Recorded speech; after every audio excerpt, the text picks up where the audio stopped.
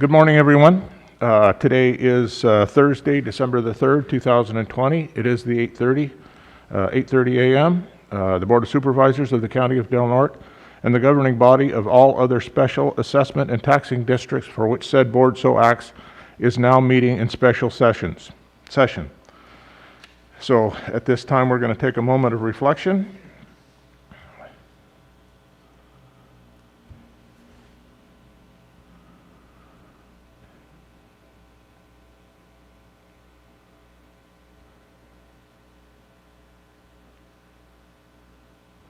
And if you'll all please stand. Roger, will you lead us in the Pledge of Allegiance? Right hand over your heart. Ready, begin. I pledge allegiance to the flag of the United States of America and to the republic for which it stands, one nation, under God, indivisible, with liberty and justice for all.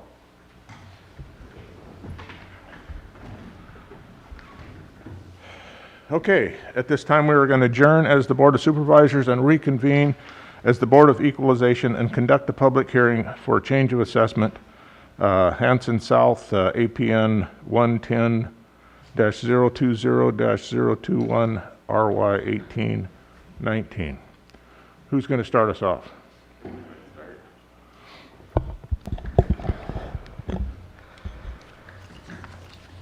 Before we begin, can I get you to raise your right hand and state your name? Brantley Cobb.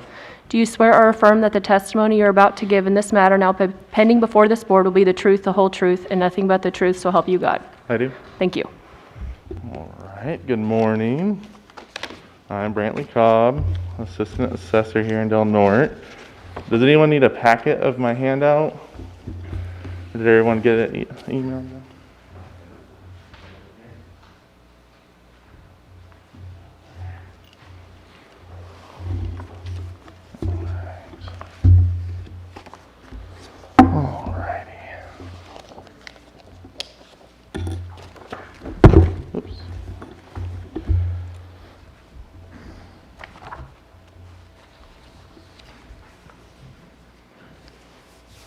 All right, so we're here today for an assessment appeal application 2018-006. A quick description of the property. The parcel is approximately 4.13 acres. It's located at the end of Lakeview Drive. The parcel is zoned A5 and RCA 1. Per the planning department, 3 acres are more than likely undevelopable, though 1 acre is cleared and developed with, or 1+ acre is cleared and developed with a single-family residence. The single-family residence is 1,456 square feet, originally built in 1946 with 3-bed, 1-bath. There is no garage on the property, but there are two smaller storage sheds. Front page here, page 1, you see a picture of the home from the street, and also on page 2, you're going to see 2 more pages of the home there and the condition that it was in back in 2018.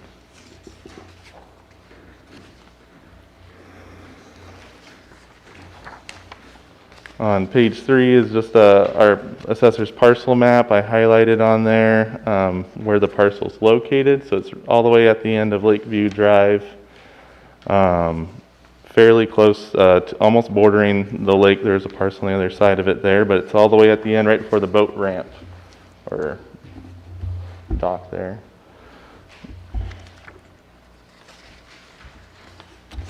So on page 3 here, per assessment appeal application 2018-006, the applicant is arguing that his current market value as of 1/1/2018 is $0. The applicant has brought forth many issues regarding their property's condition, including the need for English ivy eradication. The single-family residence on this parcel is in fair, livable condition, and the issue with ivy on the property appears to primarily be on the undevelopable portion of this property. The assessor's office believes that any necessary deferred maintenance of the residence and the land are taken into consideration when using the market and cost approaches to value. The value in question is the applicant's Prop 13 factored base year value for the 2018 tax year. The 2018 factored base year value of the subject property is $17,663 for the land and $19,257 for the improvements, equaling $36,920 for the total property, so just under $37,000. And as explained in Exhibit A here, which is my market comparables, I have a comp sheet there printed out right after page 3 here. And then the next 3, page 4, 5, and 6 are going to be my main comparables for the property. On my comparable sheet here, for the land, we ended up using, coming in at 100,000. The developed and usable land comparables at around 1 acre in size near the proximity of the subject parcel coming in at about 90,000. That's about 1.2 acres. And you can see that on comparable number 5 there. It's on Lakeview Drive, 1.2 acres. And that's for the usable part of the land. There was 90,000 given to that parcel. 80,000 given to a 0.8 acre parcel near proximity on Angel Lane. And then there's 70,000 on Lakeview Drive was given to a third of an acre of a parcel on Lakeview Drive as well. So that's where we came in at 90,000 for the usable 1.2 acres of land. And then for the other remainder 3 acres of unusable RCA1 land, comparable number 2 there is off Lower Lake, and it had, I believe, 14 acres of RCA1 zone land that was assigned $35,000 per acre, which typically in our office we see a range of $3,000 to $4,000 for RCA acreage properties. So we assigned $10,000 for the 3 acres, which $90,000 for the developable, $10,000 for the RCA, gave us $100,000 for the land. Improvements, I have pictures of my improvement comparables here. Comparable number 3 sold on 10/16/17, so it's a couple months before the valuation date of 1/1/18. Sold for $125,000. This was on Cook Street. It is a little bit newer of a property, 1973, and it did have a large storage building on there, but the condition of this was unlivable at the time. It was being sold as is. It had utility issues. They didn't know if the well worked or not.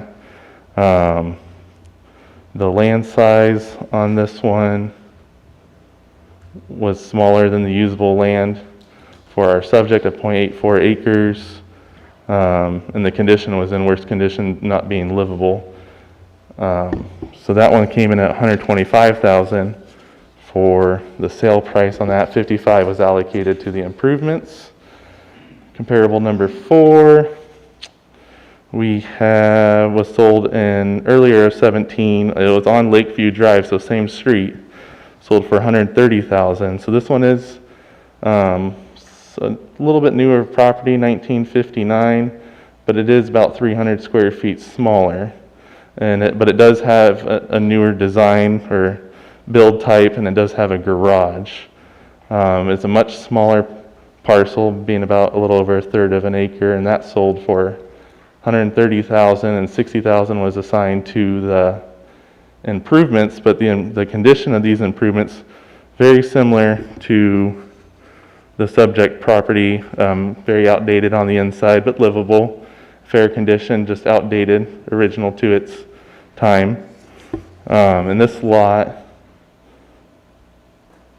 this was the third of an acre lot, and but this one sold for $130,000. Next one's on Lakeview Drive as well. Far superior condition of the home. It was built in the same time at 1947, but it has been substantially remodeled since then. It is 1.2 acres. And it has similar bed bath, usable land size. This one sold for $145,000. So those were the improvement comparables I originally issued, and all that said and done, we came in from a range after using the cost approach to value as well. The cost approach to value yielded $20,000 with a depreciation of 23% good. And that gave us a range of $20,000 to $45,000 on the improvements and then $100,000 on the land. So we came in through the market approach and cost approach $120,000 to $145,000. Additionally, due to the applicant's concerns regarding deferred maintenance and cost to cure any detriments to the subject parcel as shown in Exhibit B, I reviewed sales of parcels with utilities that were improved by residents and tear down or in livable conditions. The value range for those subject parcels was $35,000 to $46,000 for lot size parcels. The subject parcel is 4.13 acres, and even with considerations made for possible restrictions by partial RCA zoning, the subject appears to have at least one full usable acre for a home site, with a total 2018 factor base year value of the parcel being $36,920 for both a 4.13 acre parcel with the livable residence, and comparable sales data indicating the value of the land alone is at least $35,000. It was determined the 2018 factored base year value of $36,920 was at the market value, at or below the market value of the subject parcel. So I'm not going to go through these next three comparables real quick, too long, but I wanted to note that his base year value of $37,000, what you would be able to buy for $37,000 on the market. And that range is lot size homes, which is far inferior than his base, and tear down condition homes. So they're basically buying lots that they have to tear down the home and remove.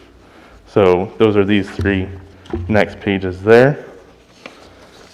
Furthermore, I wanted to note that the subject parcel was also listed back in 2018 on VRBO as a fully furnished vacation rental with a price of $80 a night. And that's on Exhibit C, the last few pages here. So I wanted to note, if it's worth $0, it doesn't really make much sense how there's an income to it being booked on VRBO and bringing in money. So I thought it was important to note that it was also on VRBO. In conclusion, the assessor's office believes the current market value was not below the 2018 Prop 13 value, and we ask that the board uphold the Prop 13 $36,920. Any questions? Yeah, I do have a couple of things here. I got a little cheat sheet. This is not owner occupied, is that correct? Not that I believe, no. Okay, that's what it said in the application for what I thought I... There's no homeowner's exemption on the property, so. And has the applicant filled out an application providing all information under 305C? Do you know? I'm not too sure on that, yeah. Chair, yes, they have. They have? Yes. Okay. And what about an escape assessment? I don't know, I guess I don't know what an escape assessment. Did the owner file a change of ownership business property? No, this is not. Okay. This is new to me, so I'm just going over the cheat sheet to make sure that we don't miss anything. And you're not requesting a higher value than he or she placed on the roll? No. Okay. Okay, I guess that pretty well takes care of all of that stuff. Now we'll hear from the applicant. Thank you. Thank you.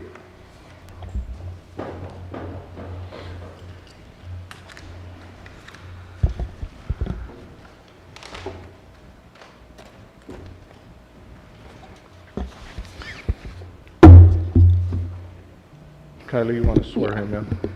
Can I get you to raise your right hand and state your name? Randall South. Do you swear or affirm that the testimony you're about to give in this matter now pending before this board will be the truth, the whole truth, and nothing but the truth, so help you God? I do. Thank you. Before I begin, I'd like to say that we're appearing a little bit under adversity here today. I was robbed shortly before coming here, so they took my clothing, and so I don't have a packet to hand you, so I figured we've tried to keep the board seasonally updated as to documents in this case, so I may be asking questions to verify what documents you've received. Also, I'd like to bring to your attention this packet that Mr. Cobb has left. This is the first we've seen it. It has not been provided to me before this hearing, so I would want a reasonable amount of time to analyze it, to verify the accuracy and legitimacy as it relates to this case and proceedings. Also, I'd like to verify what documents the board has before I begin in this procession. Some of the key documents that I would want to look at would be estimates. This is a request for a reduction based on calamity, and this is the sole basis for appearing today. So the first document I'd like to verify would be an estimate from L&L Construction in the amount of, I think it's approximately $38,500 for siding. Does the board have that document? I have everything with your You do? application. Okay. Yeah, I mean, I turned it in, but it's always good to make sure that these things are there, since we don't have the liberty of getting you a packet, which was something that you should have had. The second estimate would be from Tomashenko for restoring Storage Building 1, which has a serious case of dry rot. Is that a document that the board has? I don't remember. Chair, I can confirm, I have it all in front of me. You guys were Yeah, we've got everything. given that was- everything that the applicant provided me. Okay. And then we also have an estimate for restoring Storage Building 2. And we also have an estimate from Jeff King Landscaping for $65,000. This is, by the way, a very cheap estimate. That sounds like a lot, but that's for removal of English ivy on a first run. The Hoopaw Tribal AmeriCorps, which also does ivy removal and well-known in this area. They're all volunteer, but they charge you for mileage to and from Hoopaw. It comes to about $120 each way, and they send out 12 to 15 people. Typically, ivy removal requires a minimum of at least one additional thing. Our current building is, if you went out and walked, you'll see that it's pretty much completely surrounded by it. We took control of this building effectively in December 22nd, approximately, 2014. Barbara was running it as a conventional rental, and at that time, the hostel opened up September 2nd, 2017, and has been in operation continuously since then. So anyway, the whole basis of this appeal today is basically on calamity and the actual cost. We have experienced a lot of difficulty in finding people to handle some of the renovation. I think Jeff King Landscaping would be very happy with, and he's very well known in this area, and there'd be no issue. There has been some problems in getting the construction done on the other three buildings. So far, my own experience has been you can get roofers, plumbers, electricians, painters, and it can be very challenging to get some of the other stuff. We don't even have a stonemason anymore in this jurisdiction. I think the last two remaining retired. So anyway, regarding these things that the assessors brought, you probably noticed from the images and the URL that was sent in the original appeal that half this property is underwater half the year in a normal year. I have no issue with the county's breaching. They breach it. But it should not be part of the assessment in this case. Mr. Brantley Cobb has tried to show various pieces of property saying the land is worth this much in this appeal, even though I haven't been afforded a chance to analyze these. But is he also showing property that is underwater half the year? And that's what you're dealing with. The underwater part goes right up to the tree line. That's in a normal year. Historically, that area did not have cattails and all that. The addition of the county's easement or exercising of the easement in 1971 has created some drainage problems, and that's why you have the cattails there. And so anyway, that's something that the board should consider. I don't think, just looking at this, just for the very few moments I've had it this morning, that this is really a fair comparison, because he would have to use property that is underwater. And that was pointed out in the original complaint and application that we sent. Also, I'd like to point out to you that we are a recognized 501c3 under California state law. We are in good standing. Our IRS and Franchise Tax Board returns are on time this year. We are on extension with the AG's office. We are expecting in the next few days to turn that in. The reason we are a 501c3 is that we do accept people with absolutely no money whatsoever. And we do have a record which is all publicly filed each year. There'll be a record of those who we provide assistance to. We operate a lot more like hostels and hotels did before '71. We do not have any limitation whatsoever on how long people stay, including those who are no pay. There's a certain selection of, or I should say, criteria that we use in order to, so that's another consideration. So even though we are choosing to go through the process with the Board of Supervisors, we technically are eligible to go directly to the Board of Equalization in Sacramento without going through this proceeding. We've chosen to do this route instead, and we do not plan on asking them for a full reduction should we go that route. This property is also eligible for a historic district, not a historic property. And that has been consented to and agreed to by the adjacent neighbor after negotiations. We don't have the bandwidth to work on it. I've got more than my hands full right now. We just hired a caretaker who will hopefully be permanently replacing me. So anyway, that's all I have to say at this point, but I think as long as you have the estimates that show, what we've tried to do, and they were not all turned in right at the time we initially filed the application, but that's because they were not available. I think if anybody talked to Steve Hemmingson, who has been working with us, he'll tell you he has done more than his share of trying to bring people to the property to try to get the block wall built on Storage Building 1 and get the floor replaced on Storage Building 2. And so far we haven't had anybody locally, and for that reason I'm now looking outside the county in order to bring people in. That's all I have to say, but I appreciate your time. Okay. Do you have anything further to present, Mr. Cobb?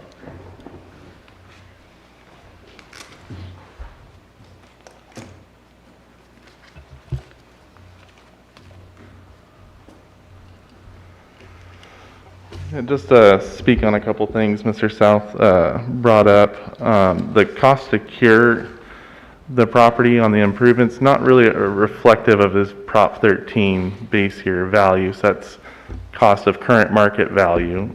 His value that he's being assessed at is, for the most part, 1975 original base year value.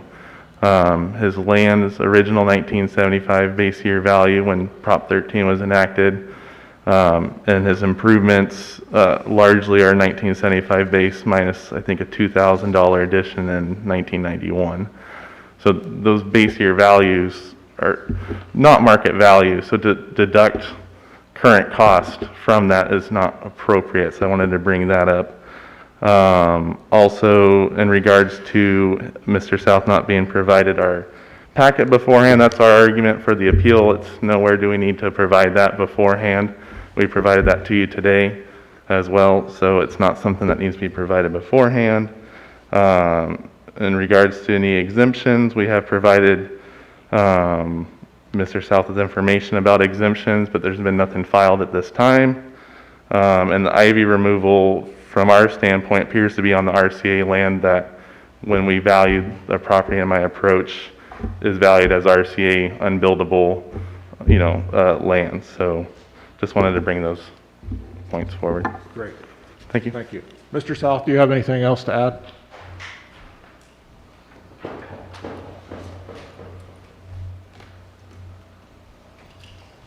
Although he's mentioned that the property in base year is 75, we've owned and lived in this property since 1967. So I just want to make sure that people are aware of that. And it is owner occupied, although I'm not there a lot of the time. After the other filings, to bring the thing up to hostile international standards are complete, at that point, then it will not be owner occupied. So just wanted to make sure that people are aware of that. Okay, so everybody's presented. Are there questions from board members? Yeah, I have some questions. Mr. Brantley, can you come up here and just, I see there's some information about special needs trust. Okay. Does a special needs trust afford any relief for Mr. South's application? I don't know what a special needs trust is. I don't know if it has any special benefits that will support Mr. South's opinion of value. So as far as I know, the only type of relief is through exemption, through like for the assessor's office standpoint. I don't know about federal or state taxes wise, but through the county property taxes, it's through exemptions like a welfare exemption or homeowner's exemption if he's owner, if he lives there for majority of the year. But there's been no exemptions filed for the property. Okay, thank you very much. I'd like to ask some additional questions of Mr. South, if you can come on up there, sir.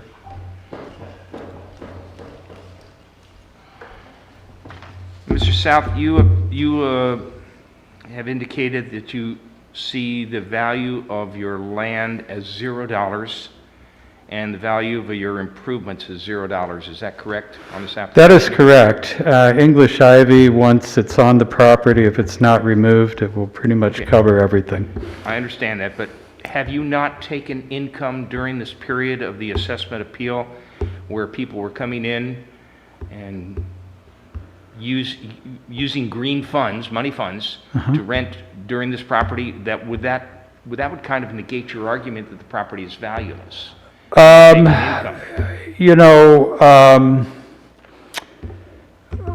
a company takes in income and then they file bankruptcy, they look at the amount of debt versus the amount of income. And I personally have taken no salary whatsoever in the entire involvement since this place became rented when, Well, that's not the question I was asking. The question I was asking is, has this property generated income? Yes, it does. Okay, so that's the period at the end of the sentence. Oh, absolutely. I just want to make sure, because your Absolutely. opinion of value is 0, and on the income approach, which Mr. Brantley has not used, there is value to this property, however modest it may be. Sure. There is value to the property. So I want to just kind of refer to your application. This appeal is intended to be the continuing effort to appeal the tax roll because of our, sorry for fogging up my glasses, to get relief for the calendar year 2017-2018. So this is Correct. a result of this, which is then Mr. Brantley, the following year is what this appeal is all about. For this reason, we are requesting an appeal to the Board of Supervisors for the purpose of reducing the property tax burden. In fact, it's not reducing, it's eliminating. Because if you have an opinion of value which is 0 for both the land, 0 for both the improvements, albeit it needs great amount of work, you're reducing the entire tax consequence, which based on this assessment of value, and I'm going to use $37,000, that would translate at 1% of assessed valuation about $370 per year divided by 2 installments. Well, that's about $175 for each installment. So you want an elimination of that. Temporarily for calamity, yes. Okay. So I have a difficult time believing your property is valueless. And I'm looking at it from a standpoint of both the land value, the raw land value. Again, Mr. Brantley provided comps, and I appreciate the fact that it's only on 1 acre which is buildable, the 3 of others are not. But still, I can't justify that it's not worth anything. Secondly, the market value notwithstanding, 120 to 145,000 for the entire, including land, is a far cry from the assessor's opinion, current assessment of about 37,000. Now, as far as the improvements are concerned, I appreciate the fact that things wear out and you have to improve them, but clearly you have people who are living there. Well, there's people who live under a bridge. It doesn't mean that the bridge is less valuable if they're not there. I Well, mean, yeah, but you own this bridge. Okay, this is your bridge. This is not a county bridge, which doesn't derive any taxes, or a state bridge. It doesn't have property tax. This is your bridge. So I'm trying to justify how we can amend this, your opinion of value. yeah. There's some other estimates too, which I don't like bringing forward facts that are not supported by estimates, just out of conjecture, but the foundation has some very serious problems in this place. The house needs to be lifted. You should be 18 inches above the land plane minimum. And we have areas on the east side of the house where the land plane is actually higher than the foundation. We dug it out. And we went to a company that does underpinning, which is in Fairfield. And they do not even want to issue an estimate without a structural engineer indicating whether or not the house can be lifted. So I don't think it's just old age. You're dealing with bad construction, non-code, 3 factors: old age, neglect, and bad construction. Okay, I acknowledge what you're saying.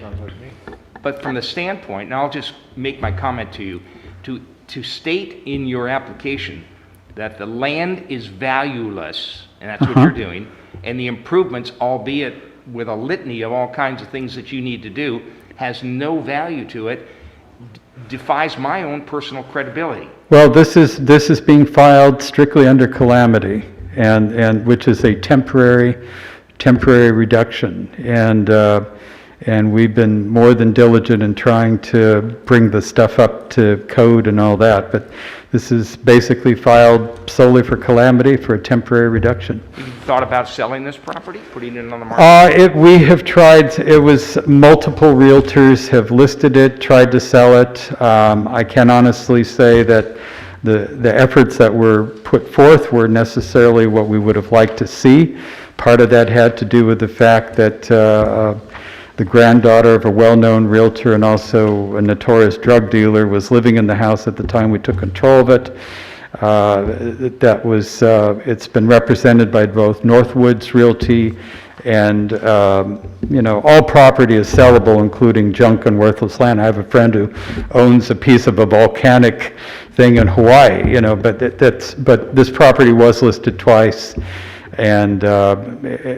And so the property does have some special issues. There is federal funding to remove the ivy, but the problem is a lot more extensive than just our property. It's spread to Deborah Jakes, it's spread to other people in the I just neighborhood. wanted, without interrupting your response to me, this is all irrelevant to the fact that you believe the property, both from an improvement standpoint and land value, is of zero value. That's your argument, and that's what's on the paper.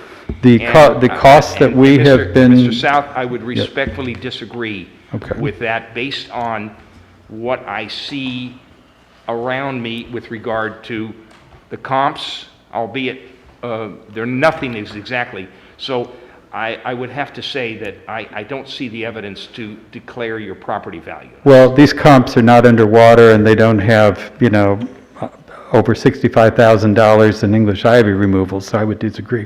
But that's okay. The other thing is, there's 2 other things that need to be brought up here. We're not just talking about land, we're also talking about real property. And as you'll notice in the packet, although it was filed after, we do have is it appropriate to go ahead and have those issues heard today as well? I don't think so. I asked you if you had anything more to present, and you said you were through. The other question is, while you were mentioning, you said you listed this property. Did you list the property for no value, for zero?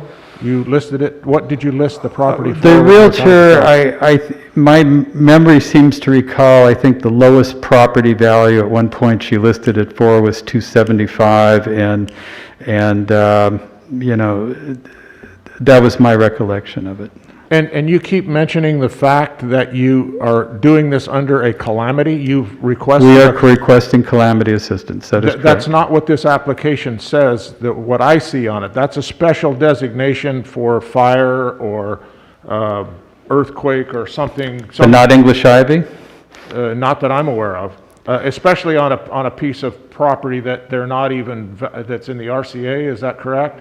And so they're not even, that's not even on the home itself.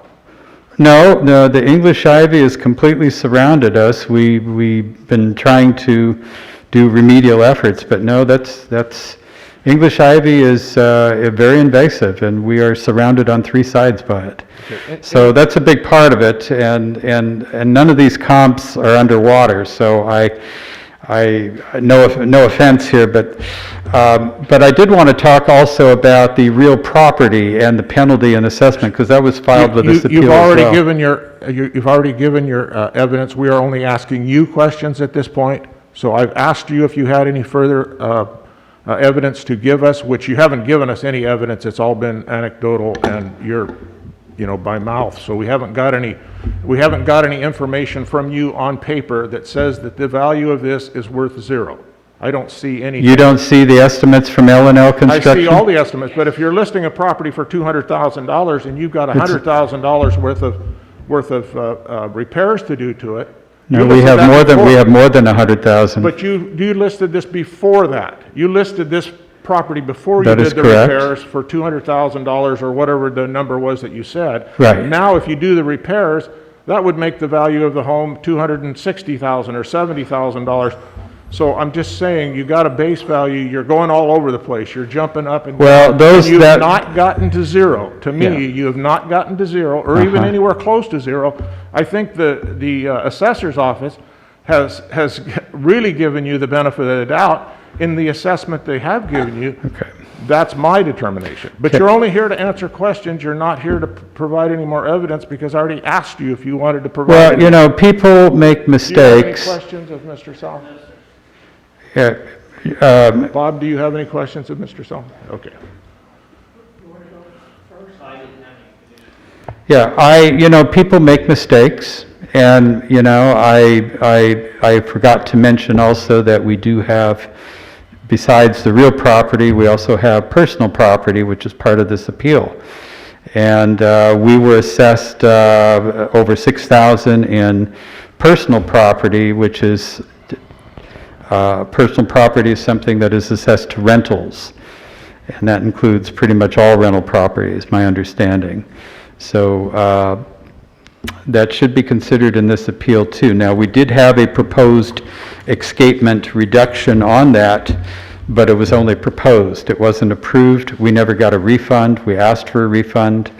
It's many times more than what the actual personal property is, so that's something that this board needs to consider as well. We also asked for a full refund of the penalties, and that should be also addressed in this proceedings. That was in the application.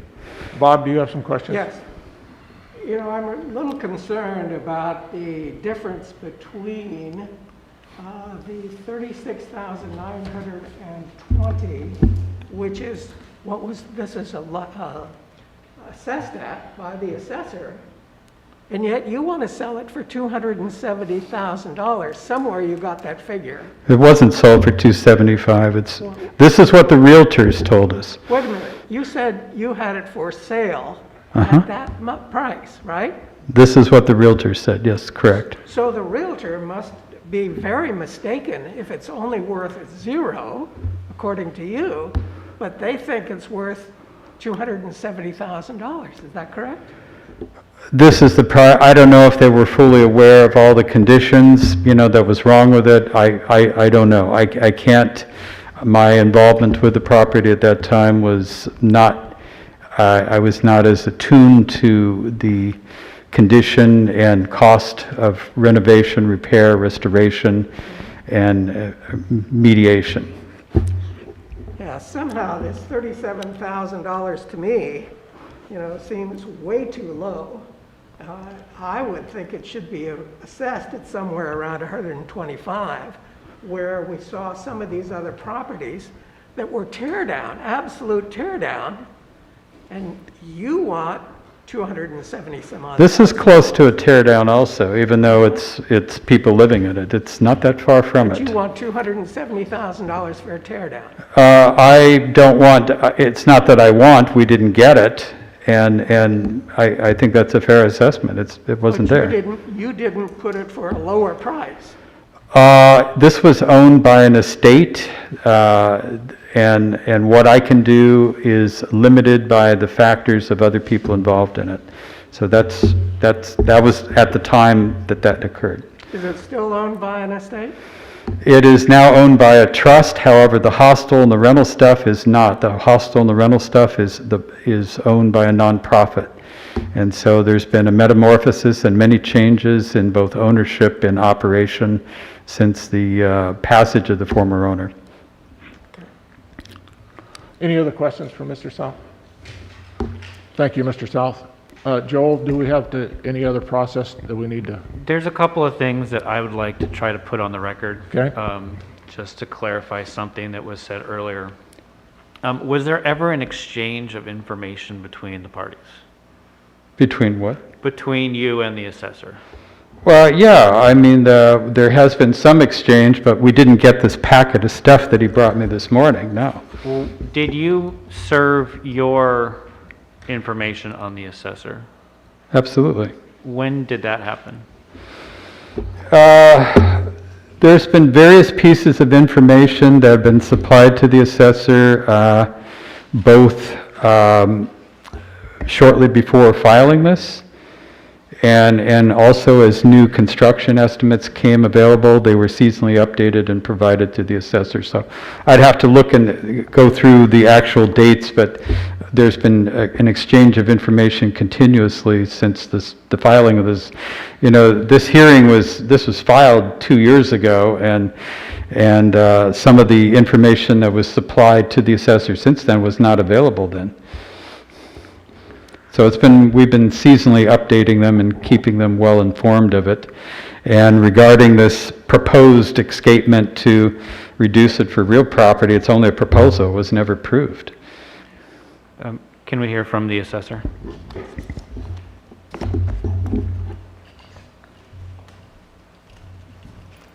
So, Mr. South's been filing informal requests for reappraisal, Prop 8, in other words, yearly, and that's where we've received information was with his Prop 8 packet, which we have then sent a letter denying, saying that the market value is higher than this Prop 13 value. So any information we received was in conjunction with his request for reappraisal for those current years. They weren't for, as far as anything that we were given for the appeal, they were for Prop 8 requests. Okay, thank you. I have additional question for you, Mr. Brantley, if I can just intercede.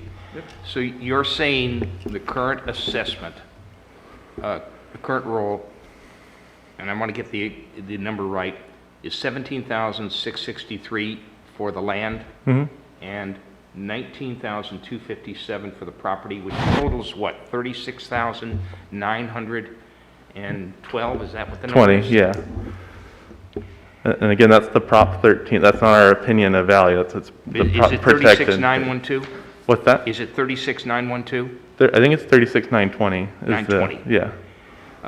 Mr. Chairman, I'll make that motion to uphold the assessor's opinion of value at this time. Are we I'll make looking the for a motion. denial of the application?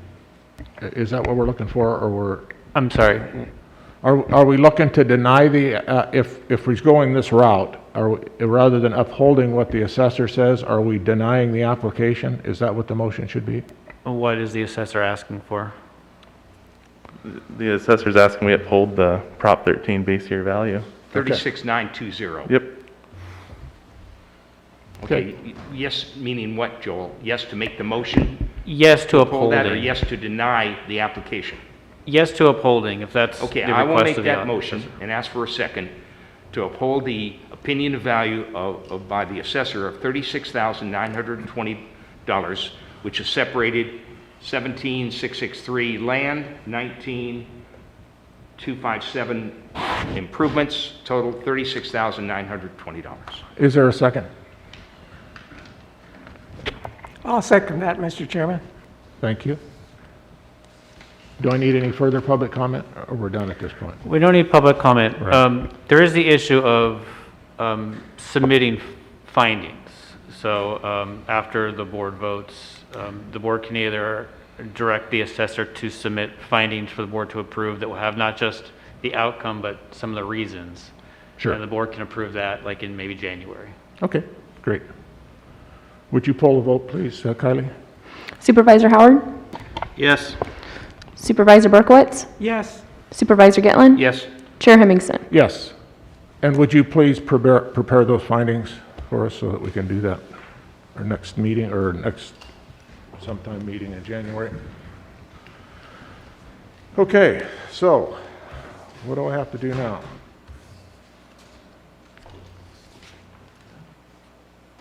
So I guess at this point, we're adjourned. Thank you very much. Thank you.